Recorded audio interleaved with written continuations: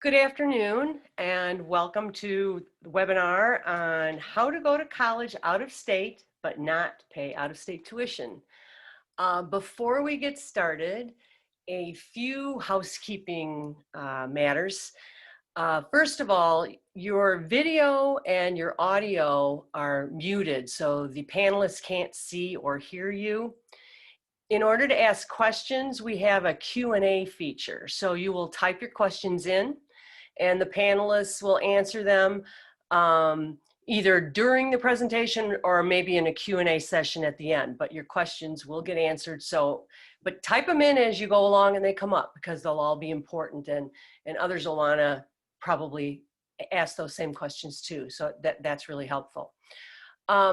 There's several of these sessions being presented. They started the middle of September and they're going through October 22nd.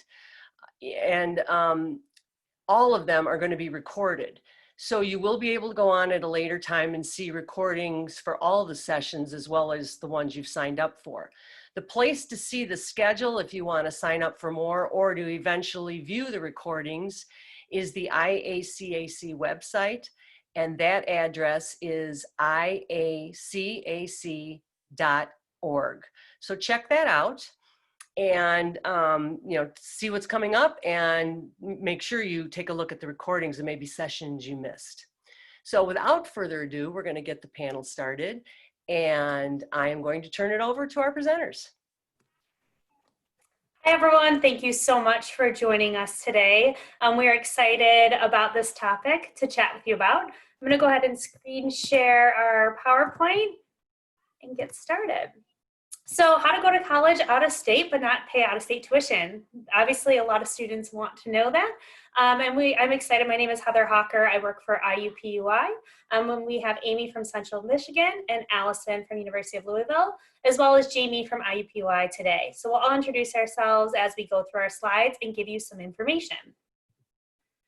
So for IUPUI, we are Indiana University, Purdue University, Indianapolis. We have roughly 20,000 undergrad students and we're located in downtown Indianapolis. We're about 3 hours from the city of Chicago driving. Some of our top majors that students study is our Kelley School of Business, our Purdue Engineering and Technology, our pre-professional health, so our biology programs, as well as our nursing program.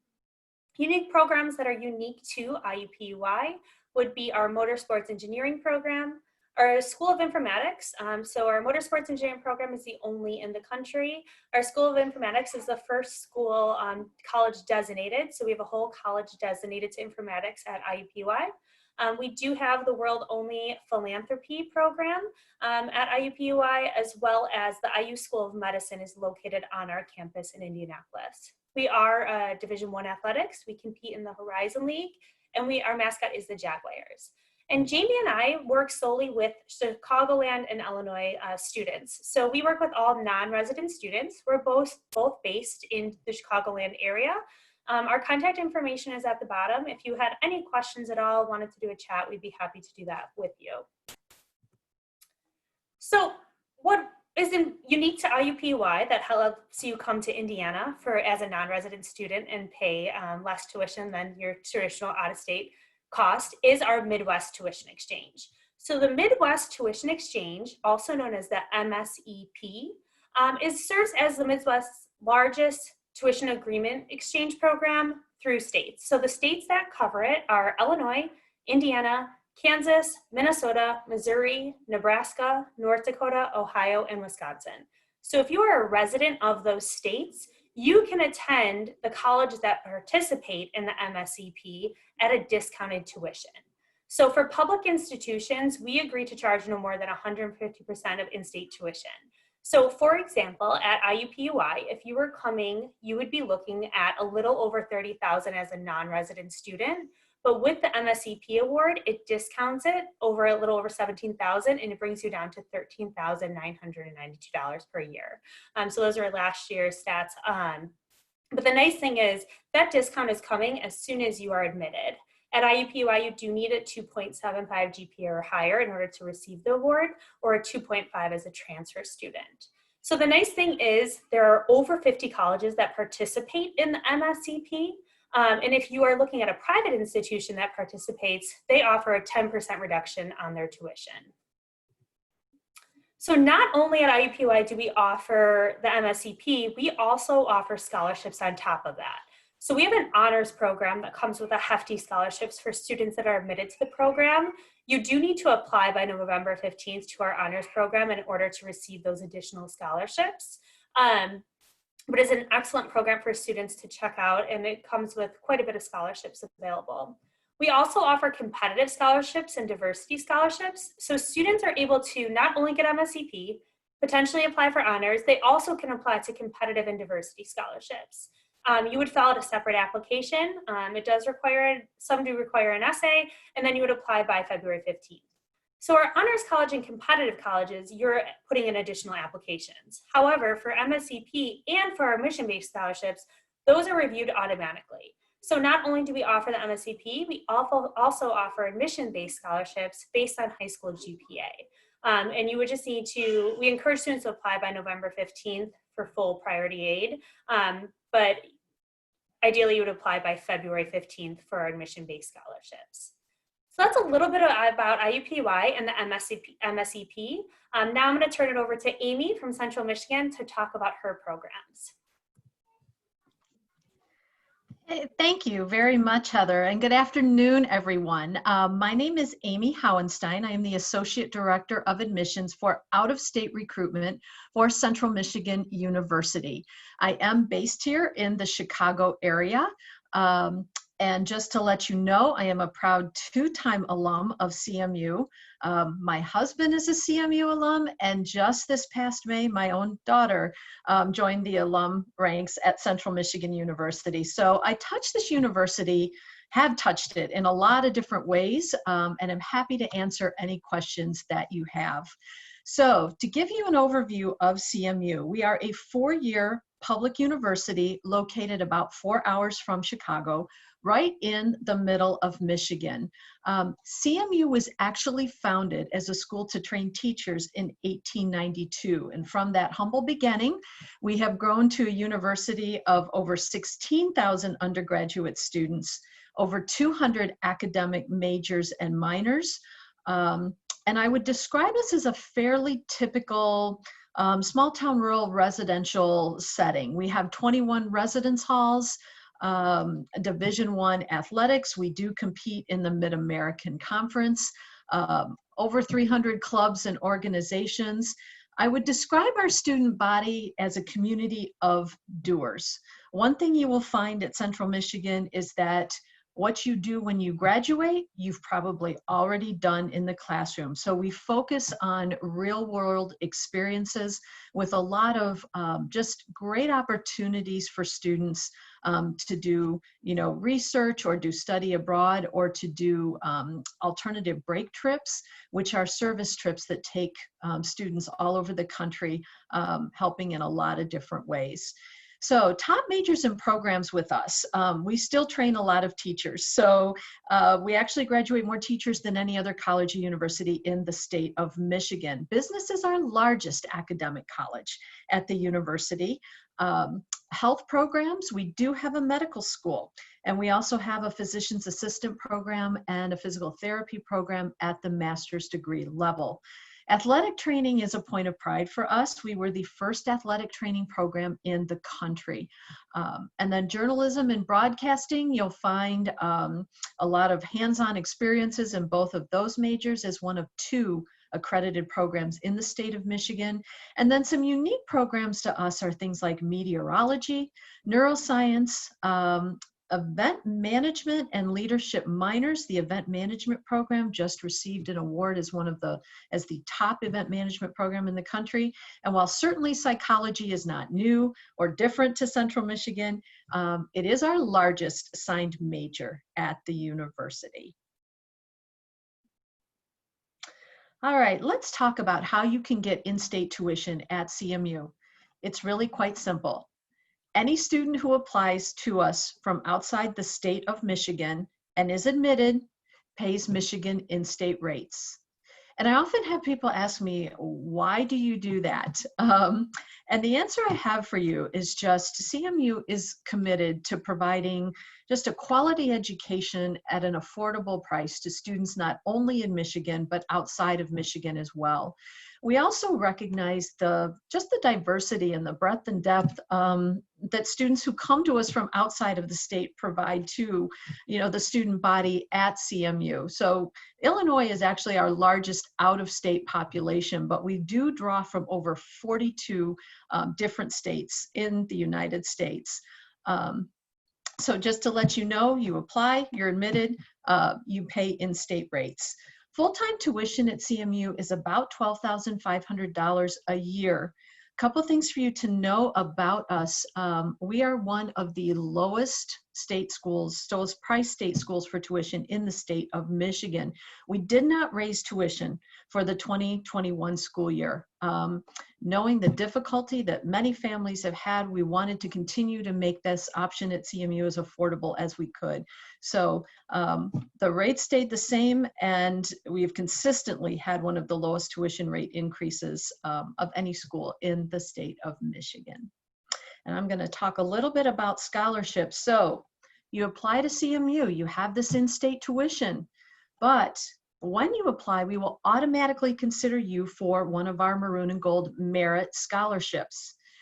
Those range from 20% to 75% off the cost of your tuition. We are one of the few, maybe if only, universities in the country that do a percentage off your tuition for this merit scholarship. So what that means is, although we try to keep our tuition as reasonable as we can, if tuition does happen to go up, guess what? Your scholarship adjusts to the tuition increase. So it will say you apply and you have a 50% off scholarship. You will always have 50% off of your tuition, even if our tuition rates do increase. Big news for all of you, we are test optional for the class of 2021. Just like many colleges and universities across the country, we are not requiring the ACT or SAT test for the class of 2021. And then competitive scholarships are available for top scholars, leaders, and students with diverse backgrounds. And those scholarships will range from $2,000 a year up to full ride opportunities. We do have department scholarships in art, music, theater, and special talent scholarships available, as well as athletic scholarships. I have listed the website there so you can see more about things, and I have just a couple kind of exciting things to share with you. It's October 1st. October is free application month at Central Michigan University. So you apply during the month of October. You complete your application, send your transcripts. Remember, we're test and optional. You do not need to provide that. Get all that to us by midnight on the 31st of October, and you will not pay the application fee. So I know many of you are at computers, and I encourage you, when you are done today, to just open a tab, click on cmich.edu and apply now, and let's get that process started for you to enroll for the class of 2021 at CMU. That's all I have for now. Fire up chips, and I'm going to turn it over to Allison at the University of Louisville. Thank you, Amy. All right. Hello, everyone. My name is Alison Calvert. I'm the Assistant Director of Admission for Out-of-State Recruitment, and I am located in Chicagoland as a regionally based representative. We are located in Louisville, Kentucky. We are a 4-year public state institution. We are also a Tier 1 research institution with our own medical school, U of L hospital, research labs, and community clinics. We are located about 2 miles from downtown, so we are not an urban campus. Rather, we are more suburban with the perks of having that city really nearby.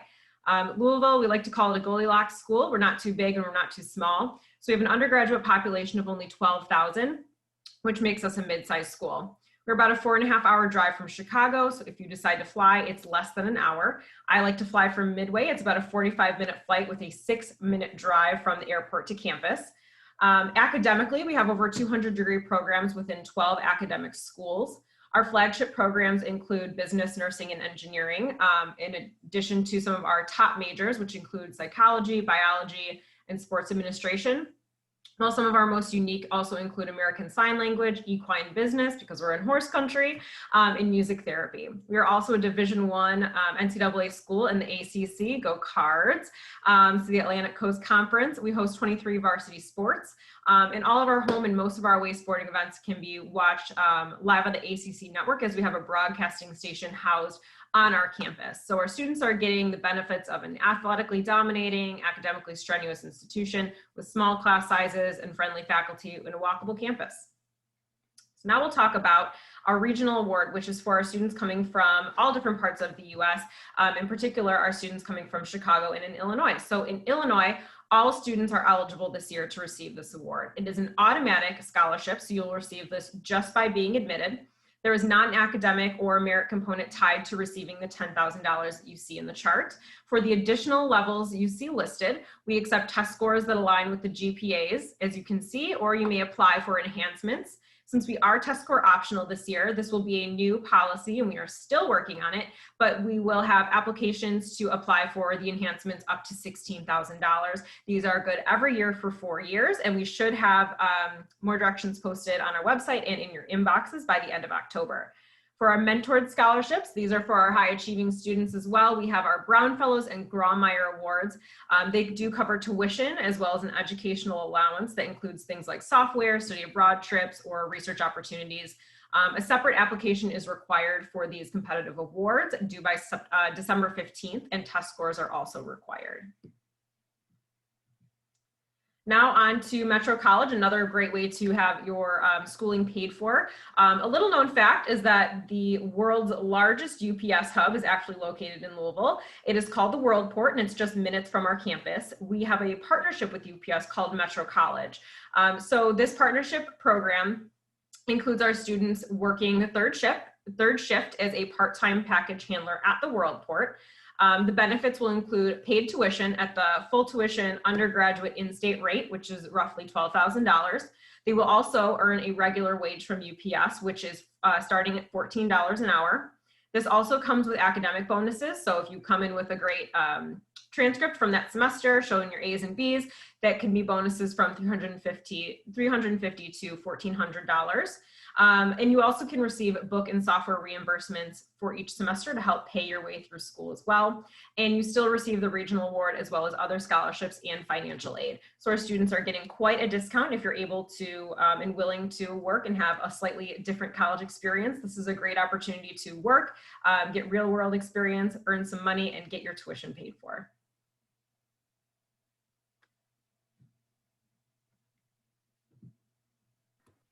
All right, so obviously you heard from 3 of us in 3 different states, colleges in 3 different states that offer discounted tuition to students coming from Illinois. So there are definitely opportunities out there for our students. And we wanted to provide you some tips and tricks of saving money.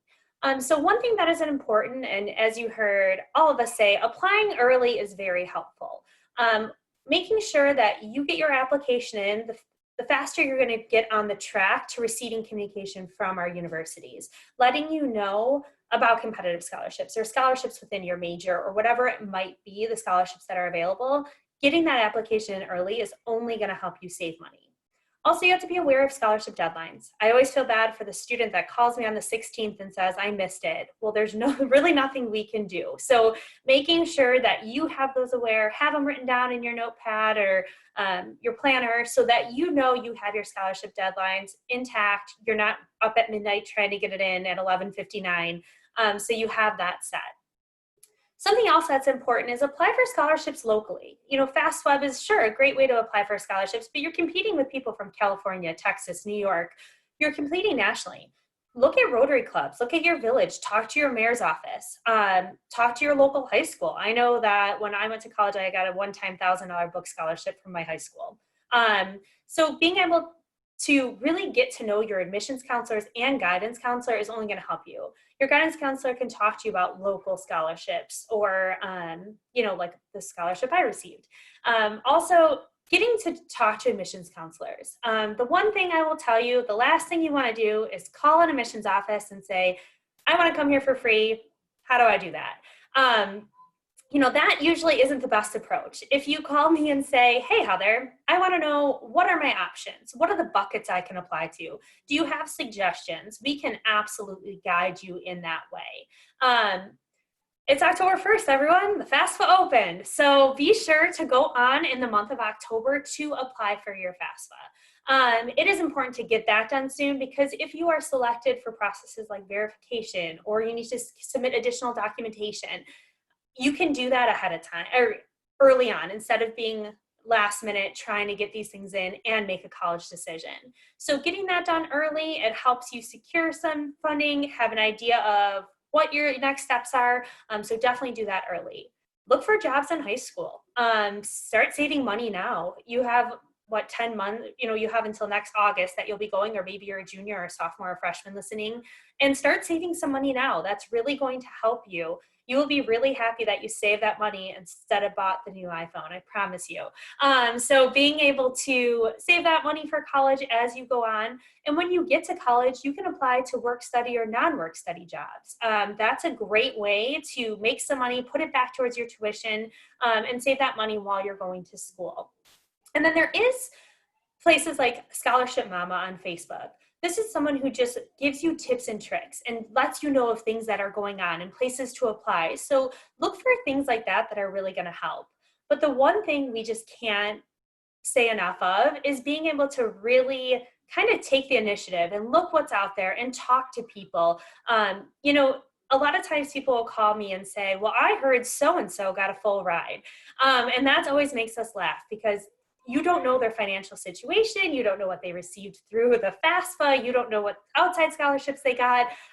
Everybody's in a different boat. We may all be weathering the storm together, but we're all in different boats. So it's important to really focus on what you can do, having strong academics, getting involved, networking. Those things are really going to help you as you go on. So we do want to open up for questions, and Alison and Amy, feel free to jump in if you have anything else that you want to add in. And Jamie has been kind of monitoring our questions, so she can go ahead and ask those, and we can absolutely answer anything that comes up. Feel free to use the Q&A. Wonderful. Yeah, we do have a couple questions already. So let me ask the first question, which is, should students wait to talk to admissions counselors once they know they're admitted, or should they start asking about scholarships now? They may be a little different across universities. I'm happy to talk with students before they're admitted or after they're admitted. I think that I want to talk to everyone I can and get you the information. So I think at Iupui, at least, either way is fine. And at University of Louisville, we will talk to students at any age. We have students that are sophomores reaching out to us, seeing what kind of classes they can take to best prepare. We are working with juniors as they prepare to, take exams next year, and our seniors that are not yet applied, but they're wondering maybe, are they a good candidate for test score optional? Should they send their test scores? So we're able to help you along the way as well. Talking with admissions officers early in the process, whether you're a sophomore or a junior, I think gives you a good idea of maybe what kind of scholarships you might be available to receive, or what kind of financial aid, what the costs are, so that when you do go to apply, you have that idea of how much the cost of attendance would be. That would be helpful for you. So like my other two colleagues here, I'll talk to you anytime, before you're admitted or after you're admitted. The next question kind of goes along with that, but when is the best time to start looking for scholarships?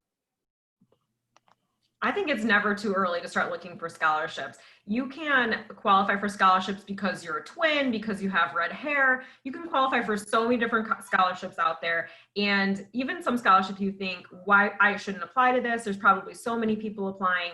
And then at times, there's a low turnout. So you never know what your odds could be. I say apply for everything. Start looking into it sophomore, junior year, maybe what you'll be eligible for once you become a senior. And as you have more details your senior year, maybe depending on what your major will be, where you'll be going to school, or what your GPA is, you can qualify for more as well the closer you get. And the one thing I would add is, if you're a senior, you should be looking at applying now. A lot of times seniors wait because they get their financial aid package maybe in December or January from schools. And then they're like, oh, I really want to go to this school, but I need a little bit more money. Well, applying in October and securing those is going to be better, because you can secure a scholarship and tell them, I'm not sure where I'm going to school, just save my money. I'm going to grab it from you and I'll send it to the school when I know where I'm going. And that's totally fine. So definitely seniors, make sure you're starting to look at those now, because the deadlines do start kind of happening. And also something I did just want to mention is every college has a net price calculator on their website. So you're able to get an idea of what the cost could be for you. So you'll have an idea if you do need additional scholarships, start looking now instead of waiting for your financial aid to come in December, January. As Heather mentioned, the FAFSA opens today. So as soon as you can get that filled out, that will give you a really good idea of what your expected family contribution is. And it also gives our colleges and universities a chance to kind of put the pieces of the puzzle together for you in terms of what your financial aid package will look like. So yeah, do fill out that FAFSA as soon as you can.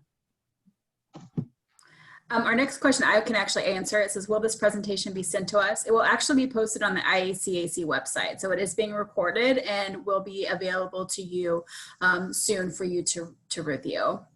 We're getting a lot of questions about campus employment and work study. Can you all kind of talk about how that plays into the financial aid picture?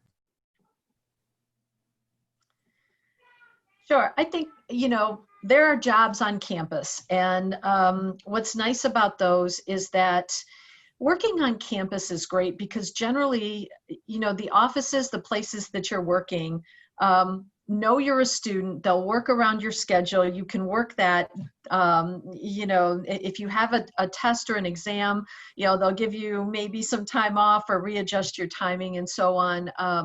Plus, it's a good way to just feel a part of campus, and it's a good way to build a network and resources. If you think about it as a student coming in, 4 years, flash forward 4 years or so, you're going to need references, for jobs or so on. And if you have an on-campus job, you have somebody there who can be a reference for you as to, what your work ethic is, how it works, and so on.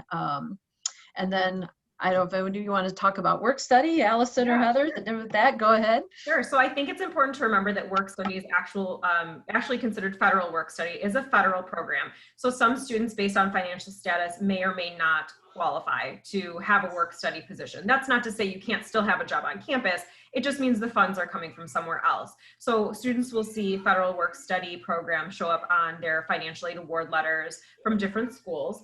And again, if you think you might be eligible, but it's not showing up, I would recommend reaching out to those schools where you are receiving financial aid or scholarship packages and asking them what your status might be. And for those, also keep in mind that no matter how much you might qualify for and what you see on that award letter, you have to earn that. So it's not upfront. It's not something that you can deduct from your bill. It's something that you can get in a paycheck. And then some schools have it set up where it can go directly towards paying for something and be directly deposited into maybe a tuition payment. Some schools, it comes in the form of a paycheck. So it's the student's responsibility to end up going back to the bursar's office, making payments themselves, or some students just use that for extra pocket money if they have enough scholarships to cover and they don't need the assistance. But in terms of getting that job, you still need to go out, find a job. There's usually job fairs on campus once you move in, and apply and earn that position so that you can start receiving your funds. I always love to tell students when I was in college, I was a senior aerobics instructor. So 2 days a week, I went and taught aerobics to senior citizens at our fitness center. And that was my on-campus job. It had nothing to do with fitness, but it was fun and it was something to do. So you can have all types of on-campus jobs and put that money back towards your tuition. And I worked at the library. So it was actually, we had 2 libraries on campus. It was the smaller one. There weren't a lot of students there. So I did my homework and I scheduled time between my classes so I could catch up and study if I needed to at the last minute. And I got paid at the same time. Great. We've gotten a couple of questions about athletic scholarships, which I know is a huge bucket of conversation. So I will turn it over to you all to discuss that. Yeah, so athletic scholarships are always a good one. So I actually played college volleyball myself. And I will tell you that you have to kind of have self-awareness of what level you are at. It's good to talk to a coach about it and find out where do you think that I could play. Is it Division I? Is it Division II? Is it Division III? You also have to be aware of what is offered. You know, when you're looking at Division I, those are usually given out pretty early on. Those scholarships, those coaches are actively recruiting. They get them out pretty early. If you are in your senior year, second semester, you may be looking at walking on or talking to them about what your options are. But I always tell students, you definitely want to maybe talk to your coaches and figure out, have them talk to the college coach. You can always fill out Recruitment Forms, but a lot of people fill those out, so sometimes you get lost in the shuffle. So it's nice to maybe talk to your coach, have them reach out to the coach, and kind of start that conversation about your level and whether you would receive an athletic scholarship or not. And Alison, Amy, feel free to add more to that. I think every school, depending on the division and the size, is a little different. I think it's important to keep in mind that depending on the sport, it doesn't guarantee, even if you're a Division I player, that you are receiving a full scholarship. Keep in mind that there's only certain pools of money, and in some institutions, depending on the division and depending on the sport, again, coaches or the staff determine who gets how much. So you still might have to pay something. It doesn't mean you'll get a full ride scholarship.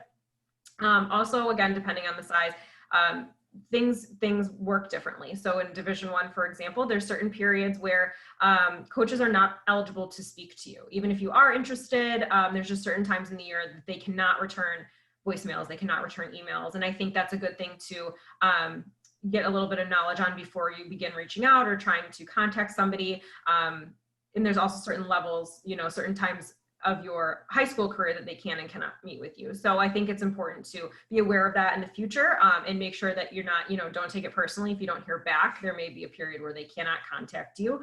But if you do have questions, feel free to come to your admission counselor. But for the most part, those athletic offices are a separate entity. So we are not making the decision. So.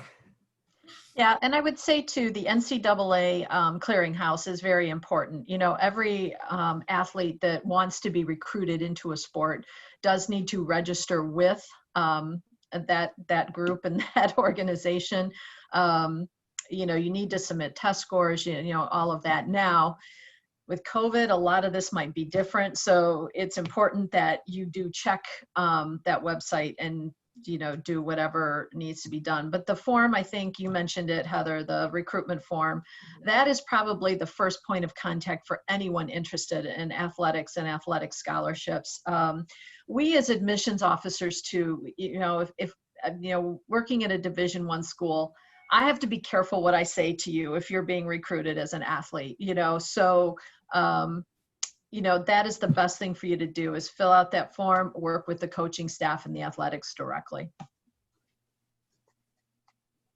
All right, so here's a question I know is a favorite for all of us. Can I bring my award letter to another school and see if they will match it? I'll start with that one. You can. I can't speak for other schools. What I can tell you from my experience in higher ed is that that's advice that I think gets tossed around a lot, but that's not necessarily how it works. We can't take your award, make a copy, and bring it to our boss and say, let's match this award. So what we can do is take that award into consideration and see if we can perhaps find additional funds, if it's something that you may be eligible for, to make a more equitable award, maybe make your decision a little bit easier, but we can't guarantee anything. Price matching is very difficult in this industry. And I think that it's important to, before asking, for example, if I have a student come to me with an award letter from a private institution whose cost is upwards of $60,000 and they're being offered an award from that school that is valued at $30,000, and no, I cannot match that. But if you look at the difference, our cost is a lot lower. And so the awards that we're giving out, you may be paying much less, even though your scholarship appears to be less from our institution, because the overall cost of attendance is far lower. So I think it's important to keep those things in mind, because we are aware of those things. And that award letter that you're getting from the different schools, that aid that you're getting, the state aid and the federal aid, is the same across the board. And we do know that. So you aren't going to be receiving a separate federal aid package from myself than you are from Amy, then from Heather. And something else to think is sometimes I can't match your scholarships. Two, sometimes it's just maybe we're not that fit, but if we're in the same ballpark, but you know that this is where you want to be and this is where you see yourself, then sometimes you have to look at that as well and say, okay, can I get a job over the summer and save this $1,000 that I'm missing? I think it's important to really, you know, all of us would probably tell you, we're never going to steer you in a direction that's not right for you. So I think it's important to say, it may be $2,000 less somewhere else, but if you really want to go to that one school, can you make that up somewhere else? And I have nothing more to add. They said it eloquently. Yes. So there's some questions about applying for scholarships. Like, do you have to apply for scholarships separately or some automatically given? Where can you apply for these scholarships? Could you just discuss that a little bit more, please? Sure. So, you know, speaking for Central Michigan, some of our scholarships are awarded just upon admission. There is no separate scholarship, but the competitive scholarships, the Top Scholar Centralis Scholarship, the Leadership Advancement Scholarship, the Multicultural Advancement Awards, those are separate applications, which are on our website and have a due date of January 1st. So, you know, whereas the merit scholarships we award upon admission, and we are rolling admission, so we're you know, constantly working with those up to a certain point, but so it's just best for you to know and just ask us. We'll be happy to tell you or point you in the direction of what scholarships are where and how to apply for them and when those deadlines are and so on. That's the same for IUPUI. Some are automatic, some you have to apply. Just make sure you're applying early to outside ones. Yep. And someone, we didn't really talk about this, but someone asked about the difference between a grant and a loan. Is anybody able to take that? Yeah, I could take that. So FAFSA day, this is a good day to be presenting. So a grant is something you do not have to pay back. So you are federally given, so let's say you have a Pell Grant. That's a federal grant given by the government. You do not have to pay that back after your 4 years. One thing I hear a lot is, well, I'm not going to apply for FAFSA because I'm not going to get anything. Everybody is eligible for loans. It's whether or not you want to take that loan is where it falls. So there's two different types of loans, subsidized and unsubsidized loans that the FAFSA will provide you, and that depends on income. Some people are eligible for subsidized, some people are not. And what that is subsidized loans you do not have or do not gain interest until 6 months after graduation. So those do not accrue interest. Your unsubsidized loans do gain interest while you're going to school. So some students may only be eligible for unsubsidized. Some may be eligible for both. So the scholarships and grants, you do not have to pay back. Loans, you will have to pay back 6 months after graduation. And somebody's asking where they can find all of this information on our websites. I'm assuming everything is on your individual websites. Is there a certain spot they should be looking at for this information? Scholarships, financial aid, tuition payments. Yep, if you just type in scholarships, financial aid, and tuition, it'll bring you to the right in their search bars. Same thing. Go to the website. There's a search bar, type in scholarships, financial aid. It will take you right to the pages that you're looking for. I also want to include, as it is, and Heather said, October 1st, I think it's a good opportunity to bring this up. I do hear all the time families that say, you know, I won't qualify for anything. Why should I apply for it? Or even if I do qualify for it, I'm not going to take it out. That's totally fine. We still recommend that you apply for it. And this year was a great example. I mean, there were a lot of families that weren't predicting a pandemic to hit and weren't prepared. So with furloughs and people losing their jobs and, you know, losing excess funds, they still had, if they applied for FAFSA, they still had that option in their back pocket. They were still able to go in and take out loans that they didn't think that they needed. So even if you never take them out, that's totally fine. If you take a portion of them out, but at least if you apply, you know that they're there. So if someone should fall into hard times, a student might need to dip into some of those funds to get through the semester, get through the year, or to begin, you know, planning for next year. And I think that it's just a really smart idea to apply and just see what you get. And just something to mention off Allison is every financial aid office, admissions counselor and financial aid office across the country is happy to help you. So if you have questions about that financial aid, sometimes it's nitty gritty beyond what admissions can answer. We will connect you with financial aid to get those answers. I'm just going to mention kind of maybe a little known a scholarship sort of financial aid benefit at colleges and universities, and that comes out of the housing office. Just so you know, any residence hall usually has a resident assistant. These are like a big brother, big sister on the floor. They kind of make sure everybody's doing okay on the floor. They plan activities. They're a point of contact, resource, and so on for students. But in many colleges and universities, those students do get their housing paid for. And so if you're looking at affordability for college, if you think about housing and how much housing is, and if you like to work with people and you don't mind that 2 a.m. Knock on your door if someone just broke up with their boyfriend and they really need someone to talk to and those kinds of things, it's a great thing to put on a resume for those of you who are going to be, teachers or in psychology or social work or anything like that. But that is something also for you to explore as a You way also to get help a your single college costs. unity. You also get to live by yourself. So Yes. There you go. There you go. So Amy, you kind of jumped to my last question, which was, what is your one big tip with regards to saving money for college? But before we do that, I also just want to tell students that if you want to look up the MSEP award that Heather talked about, you can actually go to msep.mhec.org, and that will list all the schools that participate in that program. But we have about 5 minutes. So as we wrap up, do you guys want to give your big tip about saving money to go to school out of state?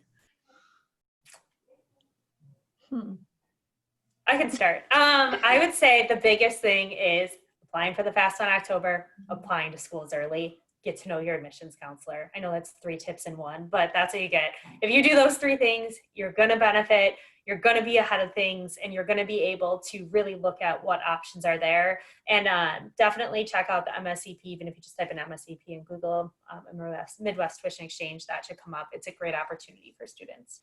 Mm-hmm. I think my best advice, we've already given probably my best advice. Ask questions along the way, but and this is kind of on the back end too, but while you're in school, if you'd like to save money or if you're worried about having to pay off all your loans once you graduate, for those, if you are taking out unsubsidized loans, consider making payments along the way. So if you are in school, whether you have work study job or a regular job, if you can work minimal hours a week, even if you don't need it, it's always great to get the experience. But taking any extra funds you have and putting it towards those interest payments, at least then when you're graduating, that interest that accrued while you were in school, you may be able to pay that down. So you can start paying off the principal of your loans. And I think that that's great advice because it's something that students don't necessarily think about when they're going through their education. And then as soon as those deferred loans kick in, you're like, oh my gosh, that's more than I took out. What should I do? But if you start paying that interest early, you'll be in a really good spot. We work for 3 very different types of institutions. And, the one thing I would say to each of you is just do take the time to visit the schools that you're interested in.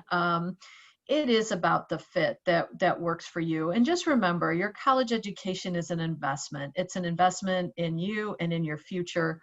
And, I think we all just wish you all the best. Enjoy the journey and enjoy the experience. We did get one more question that snuck in kind of at the last minute, and they were asking if we're referring to admissions counselors at the high schools or the admissions counselors at the schools that you're applying to.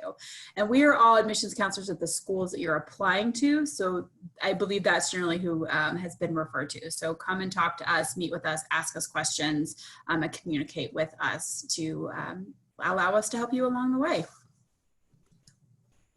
All right, I think that is it. Thank you all so much for being here. We appreciate your questions and you all taking the time to meet with us. And I will turn it back over to Kathy.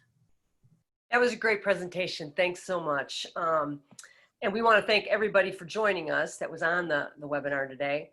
A couple of quick notes. After you close the window, you will get a survey. It's very quick. It's 4 questions. Please complete it. It really helps us as we plan this program going forward.